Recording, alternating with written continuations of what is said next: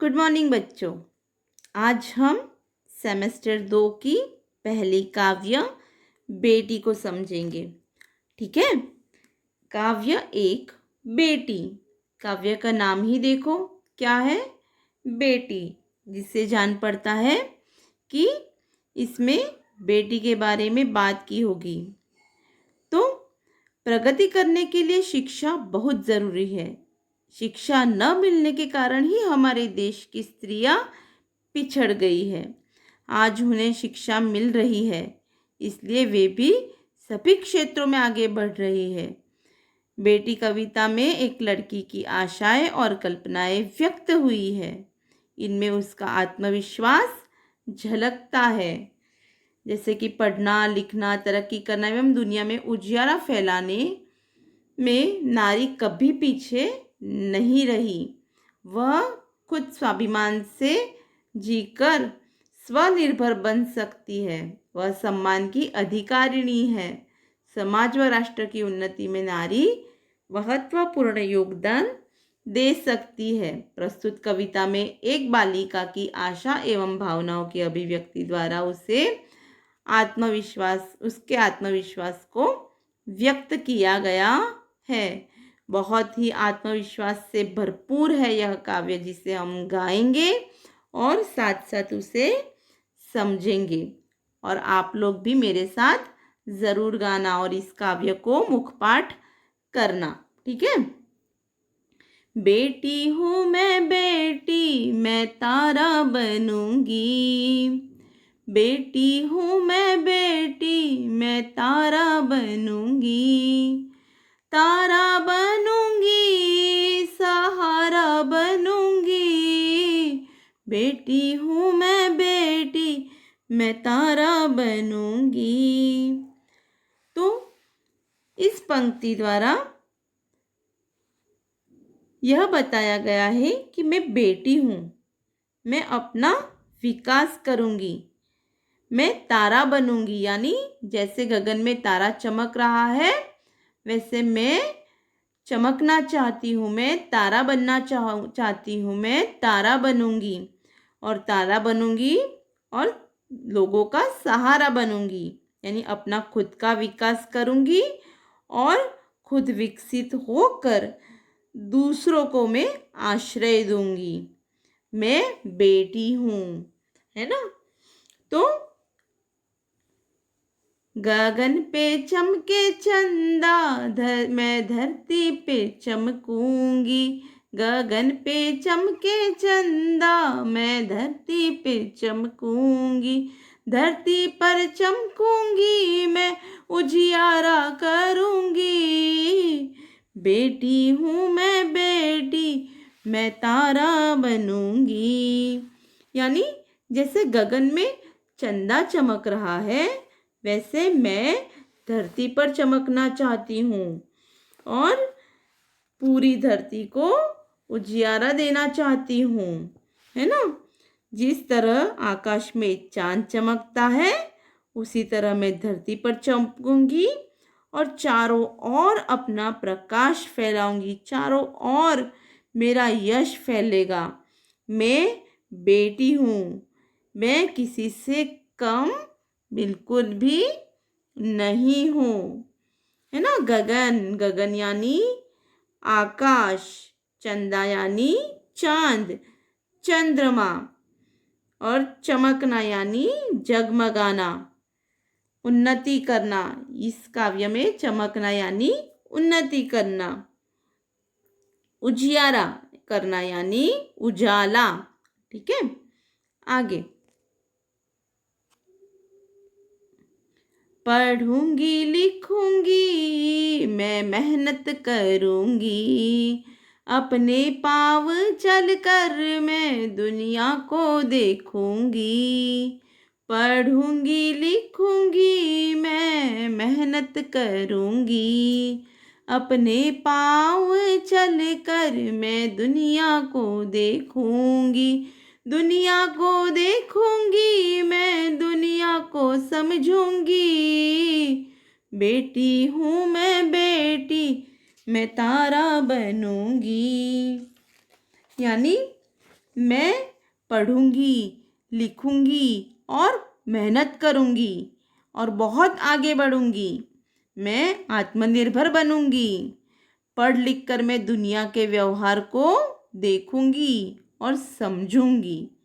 मैं बेटी हूँ, मैं किसी से कम नहीं हूँ। यानी पढ़ लिख कर मैं दुनिया को देखूंगी और इस दुनिया की दुनियादारी को समझूंगी। ठीक है ना। आगे, फूल जैसी सुंदर मैं बागों में खेलूंगी, तितली बनूंगी मैं हवा को चूमूंगी। फूल जैसी सुंदर मैं बागों में खेलूंगी, तितली बनूंगी मैं हवा को चूमूंगी। हवा को चूमूंगी, नाचूंगी गाऊंगी। बेटी हूँ मैं बेटी, मैं तारा बनूंगी। यानी कि जिस तरह बाग में सुंदर फूल खिलते हैं, उसी तरह मैं दुनिया रूपी बगीचों में खेलूंगी और अपने कार्यों से जीवन में सुगंध फैलाऊंगी। जिस तरह तितली हवा में उड़ती है, उसी तरह मैं भी प्रगति करती हुई अपनी मंजिल पर पहुंच जाऊंगी। मंजिल पर पहुंचकर मेरा दिल नाच उठेगा और मैं खुश होकर गाना गाने लग जाऊंगी। है ना। यानी इस पंक्ति द्वारा बेटी क्या कह रही है कि वो फूल की तरह सुगंध फैलाएगी, खुद का जीवन भी महकाएगी और औरों के जीवन में भी खुशबू लाएगी। तितली जिस तरह हवा को चूमती है, तितली यानी रंग बिरंगी पतंगा, है ना, जो हवा में उड़ता है और गुजराती में उसे पतंगियों कहते हैं, पतंगियों। तो वो तितली की तरह हवा में उड़ना चाहती है और अपनी मंजिल को पाना चाहती है। तो ये क्या बेटी कह रही है, मैं तितली की तरह हवा में उड़ूंगी और अपनी मंजिल को ज़रूर पाऊंगी और उसको पाते मैं बहुत ही खुश हो जाऊंगी, जिससे मेरा मन नाच उठेगा, गा उठेगा। ठीक है बच्चों, यहाँ पे इस काव्य की समझूती समाप्त होती है। तो अब हम इसके कठिन शब्द अंडरलाइन कर लेते हैं। ठीक है। बेटी हूँ मैं बेटी, मैं तारा बनूंगी, तारा बनूंगी, सहारा बनूंगी। तो तारा, सहारा। गगन पे चमके चंदा, धरती पे मैं चमकूंगी। देखो ये भी आप अंडरलाइन करना। बनूंगी, चमकूंगी, धरती पर चमकूंगी, उजियारा करूंगी। बेटी हूँ मैं बेटी, मैं तारा बनूंगी। पढ़ूंगी, लिखूंगी, मेहनत करूंगी, अपने पाँव चलकर दुनिया को देखूंगी। दुनिया को देखूंगी मैं, दुनिया को समझूंगी। बेटी हूँ मैं बेटी, मैं तारा बनूंगी। ठीक है। फूल जैसी सुंदर बागों में खिलूंगी। ठीक है। फूल जैसी सुंदर, फूल सुंदर खिलूंगी। तितली बनूंगी, हवा को चूमूंगी। तितली हवा को चूमूंगी, नाचूंगी, गाऊंगी। ठीक है। ये हुए आपके हार्ड वर्ड्स जो आपको 3 बार लिखने हैं। अभी शब्द के अर्थ। सहारा यानी आश्रय, आधार। गगन यानी नभ। चमकना यानी जगमगाना। और इस काव्य के अर्थ में आएगा उन्नति करना। उजियारा यानी उजाला, प्रकाश। तितली यानी रंग बिरंगी उड़ता पतंगा, पतंगियों। मुहावरा, इसमें कौन सा मुहावरा दिया गया है? तारा बनना यानी श्रेष्ठ बनना, अपने पाँव पर चलना यानी आत्मनिर्भर बनना। ठीक है, तो ये आप लोगों को पक्का करना है।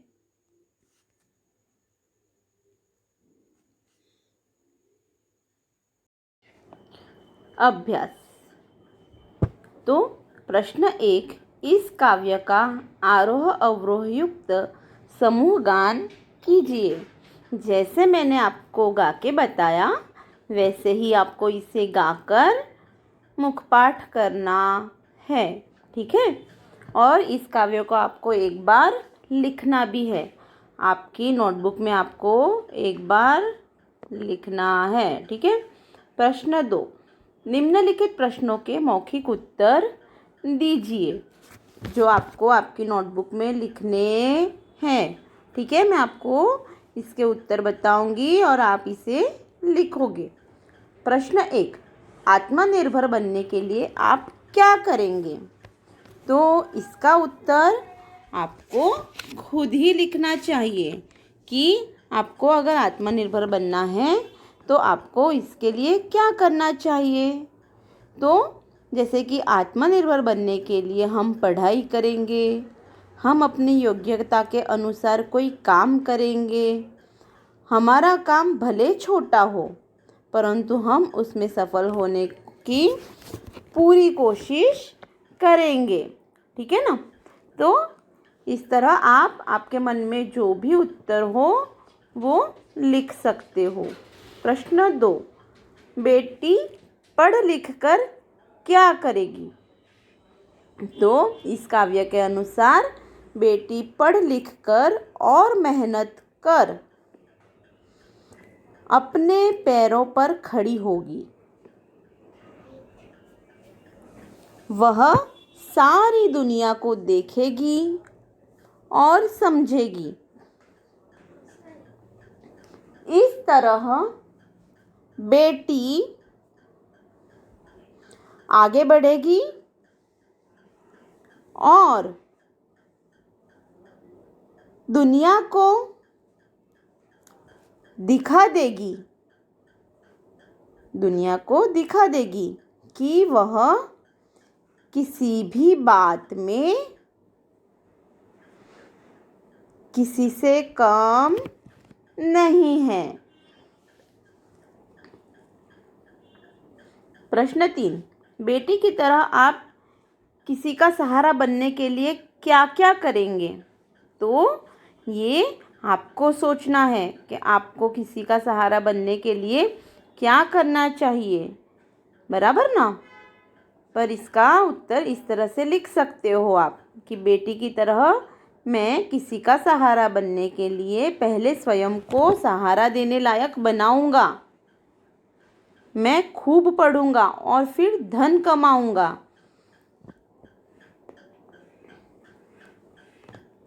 धन में से दूसरों की मदद करूंगा, मैं गरीब विद्यार्थियों की पढ़ाई लिखाई में पूरी मदद करूंगा, लाचार मरीजों के इलाज का प्रबंध करूंगा, बेरोजगारों को कोई न कोई काम दिलाऊंगा। इस तरह दूसरों को सहारा देने की मैं पूरी कोशिश करूंगा, है ना। तो इस तरह से आप इसका उत्तर लिख सकते हो। बड़े होकर आप क्या बनना चाहते हैं और क्यों? तो इसका उत्तर आपको और आपको ही देना है कि आपको बड़े होकर क्या बनना है और बड़े होकर आपको अगर डॉक्टर बनना है तो क्यों बनना है। ठीक है ना। अगला प्रश्न, आप जीवन में क्या करना चाहते हैं? तो मैं जीवन में समाज और देश की सेवा करना चाहता हूँ। करना चाहते हो आप? अगर करना चाहते हो तो ही लिखना है, और अगर कोई और काम करना चाहते हो तो वो लिख सकते हो। पर हमें हमारे देश की सेवा करनी ही चाहिए। मैं लोगों को बुरे व्यसनों से छुटकारा दिलाऊंगा, जाति पाति का भेद मिटाकर सबको समता का पाठ पढ़ाऊंगा। देश में बढ़ रही बेईमानी और भ्रष्टाचार मिटाऊंगा। मैं एक आदर्श समाज का निर्माण करना चाहता हूँ। मैं अपने देश की जनता को सुखी बनाना चाहता हूँ। और आप जो भी कुछ चाहते हो वो आप इसके उत्तर में लिख सकते हो। ठीक है ना बच्चों? चलो अभी प्रश्न 3। बॉक्स में दिए गए शब्दों के अर्थ शब्दकोश में से ढूंढकर उन्हें शब्दकोश के क्रम में पत्तियों में लिखिए। तो आपको इन सभी शब्दों के अर्थ ढूंढने हैं, इसके समानार्थी शब्द लिखने हैं और इन पत्तियों में शब्दकोश के क्रम में लिखने हैं। शब्दकोश का क्रम कैसा होता है हमको पता ही है, हम पहले से पढ़ते आए हैं। पहले आएंगे स्वर और उसके बाद आएंगे व्यंजन, अ आ इ ई उ ऊ ए ऐ ओ ओ अम आहा, और उसके बाद का खा गा घा। ठीक है, इस तरह से हमें इसे अरेंज करना रहता है। तो पहले आएगा मिसाल। तो मिसाल का समानार्थी शब्द क्या आएगा? मिसाल का समानार्थी शब्द आएगा उदाहरण। ठीक है, गर्व, गर्व यानी अहंकार। ठीक है, अंबर, अंबर यानी आकाश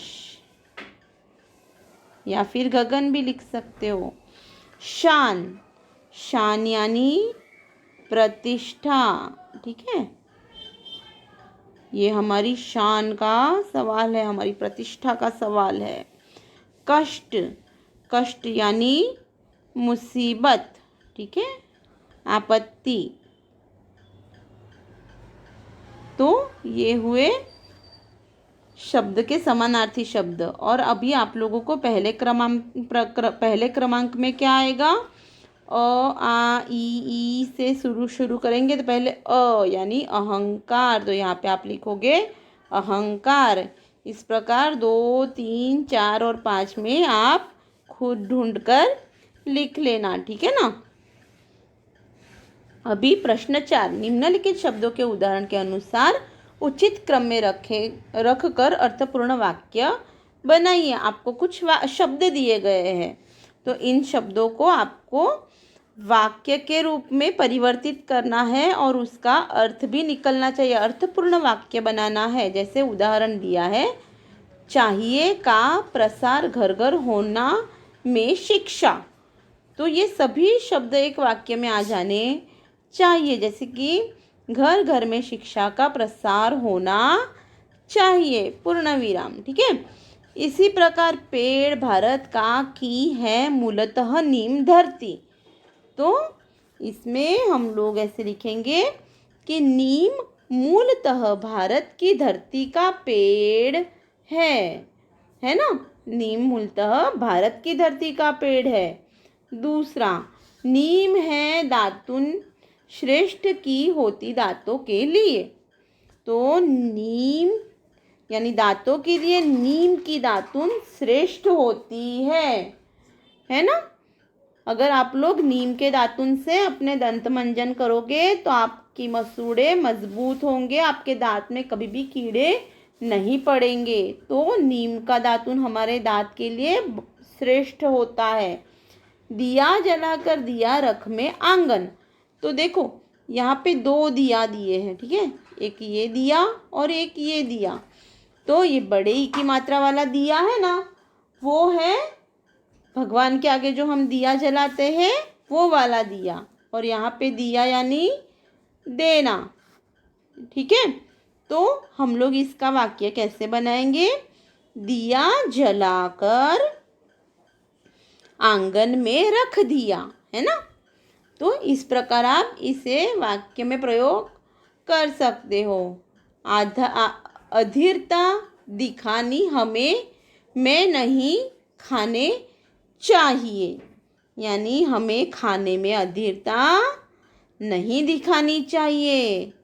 क्या हमें खाने में अधीरता नहीं दिखानी चाहिए। ठीक है, विनम्रता चाहिए व्यवहार हमारे में होनी भी। तो इसको हम वाक्य में कैसे प्रयोग करेंगे? हमारे व्यवहार में विनम्रता भी होनी चाहिए। ठीक है, अभी यहाँ तक आप लोगों को समझ में आ गया होगा, है ना? अब हम लिखेंगे स्वाध्याय के प्रश्न। निम्नलिखित प्रश्नों के उत्तर लिखिए। बेटी सहारा बनने के लिए क्या क्या करेगी?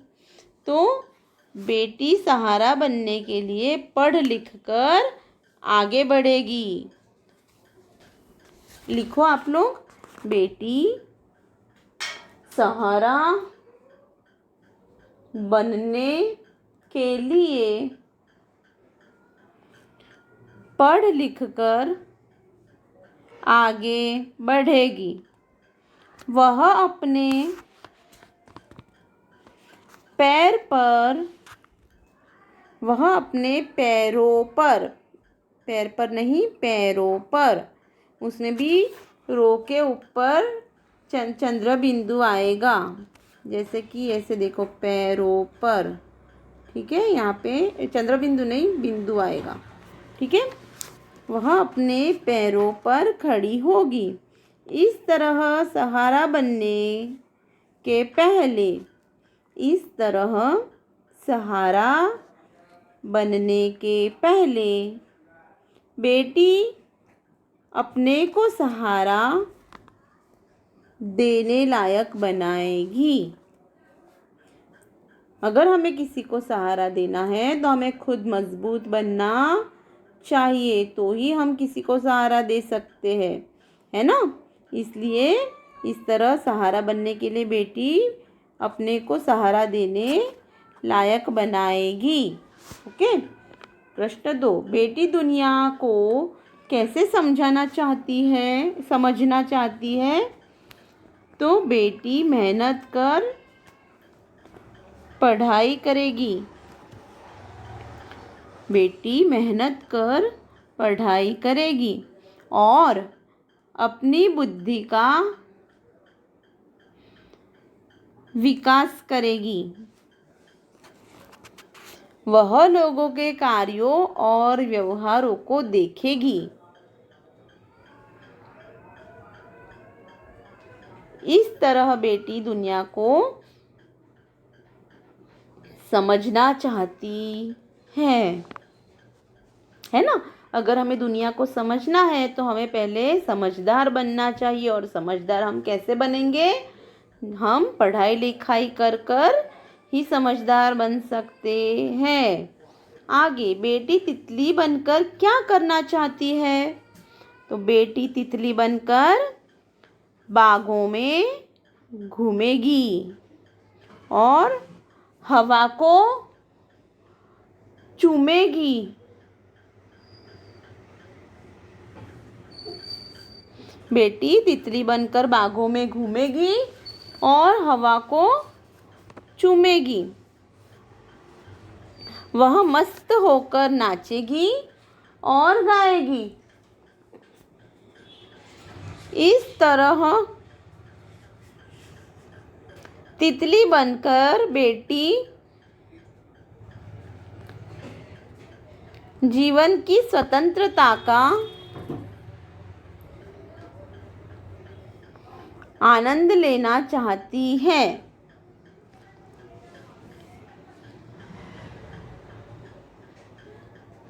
जैसे तितली हवा में मुक्त विचरती है, उसी तरह बेटी भी मुक्त होना चाहती है, मुक्त होकर अपना जीवन बिताना चाहती है ना? अगला, बेटी की क्या तमन्नाएं हैं? बेटी तारा बनना चाहती है। वह धरती पर चांद की तरह चमकना चाहती है। उसकी इच्छा दुनिया रूपी बाग में खिलने वाला फूल बनने की है। वह तितली बनकर हवा को चूमना चाहती है। इस तरह बेटी के दिल में कई तरह की तमन्नाएं हैं। इसमें हमारी ये जो काव्य है उसका पूरा सार दिया गया है। प्रश्न 2, निम्नलिखित काव्य पंक्तियों का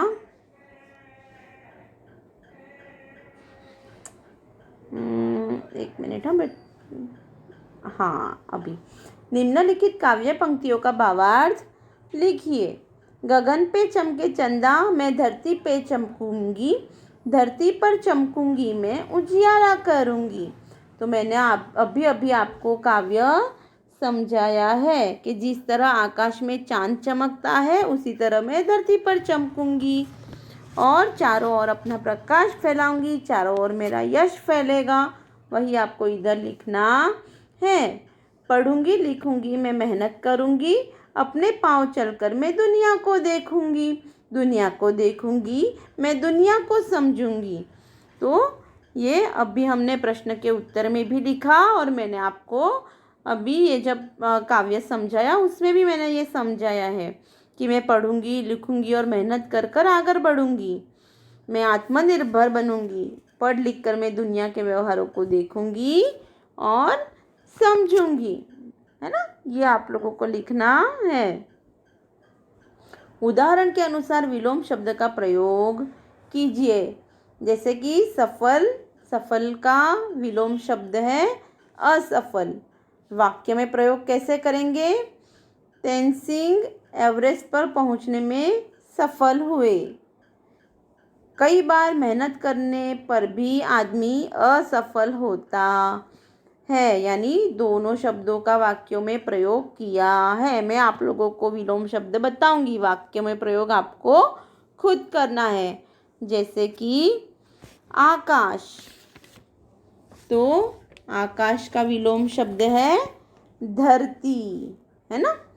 तो आप लोगों को आकाश पर भी वाक्य बनाना है और धरती पर भी, ठीक है। उसके बाद आएगा उजियारा। उजियारा का होगा अंधियारा, ठीक है ना। अ के ऊपर चंद्र बिंदु आएगा। फिर उसके बाद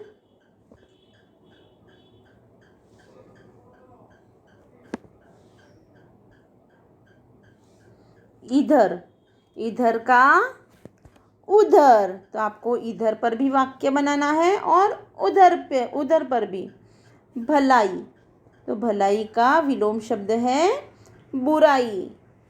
पाना, तो पाना का विलोम शब्द है खोना, ठीक है। तो इसकी मदद से आप लोगों को विलोम शब्द भी पता चलेंगे और उसके ऊपर से वाक्य बनाना भी आप लोगों को आ जाएगा। प्रश्न 4, उदाहरण के अनुसार वचन परिवर्तन करके वाक्य में प्रयोग कीजिए। वचन परिवर्तन, वचन में परिवर्तन करना है। एक वचन हो तो बहुवचन करना है, बहुवचन हो तो उससे एक वचन करना है। जैसे घोड़ा, घोड़ा क्या है? एक वचन, उसका बहुवचन क्या होगा? घोड़े। और वाक्य में प्रयोग करेंगे अब कि घोड़ा दौड़ रहा है, घोड़े दौड़ रहे हैं, है ना। हम लोगों ने पहले ही वचन सीखे हैं अभी पहले सेमेस्टर में, तो आप लोगों को इसके ऊपर वाक्य खुद बनाने हैं। मैं आप लोगों को वचन बदल के बताती हूँ कि मैं है एक वचन, तो उसका बहुवचन क्या होगा? हम, ठीक है। बच्चे, बच्चे बहुवचन है तो उसका एक वचन होगा बच्चा, ठीक है। खिलौना, तो खिलौना का होगा खिलौने। खेत, तो खेत का बहुवचन खेत ही रहेगा, पर उसकी क्रिया में फेरफार होगा, जैसे क्रिया में बदलाव आएगा। जैसे खेत हरा भरा है तो खेत हरे भरे है, ठीक है। उसका वाक्य बनाओगे तो उस पर से उसका वचन बदल सकते हैं, ठीक है। तो भाषा सज्जता हम अगले पीरियड में देखेंगे। इतना आप लोगों को आपकी नोटबुक में कंप्लीट करना है, जब आपको नोटबुक आपके पास आ जाएगी तब। ठीक है।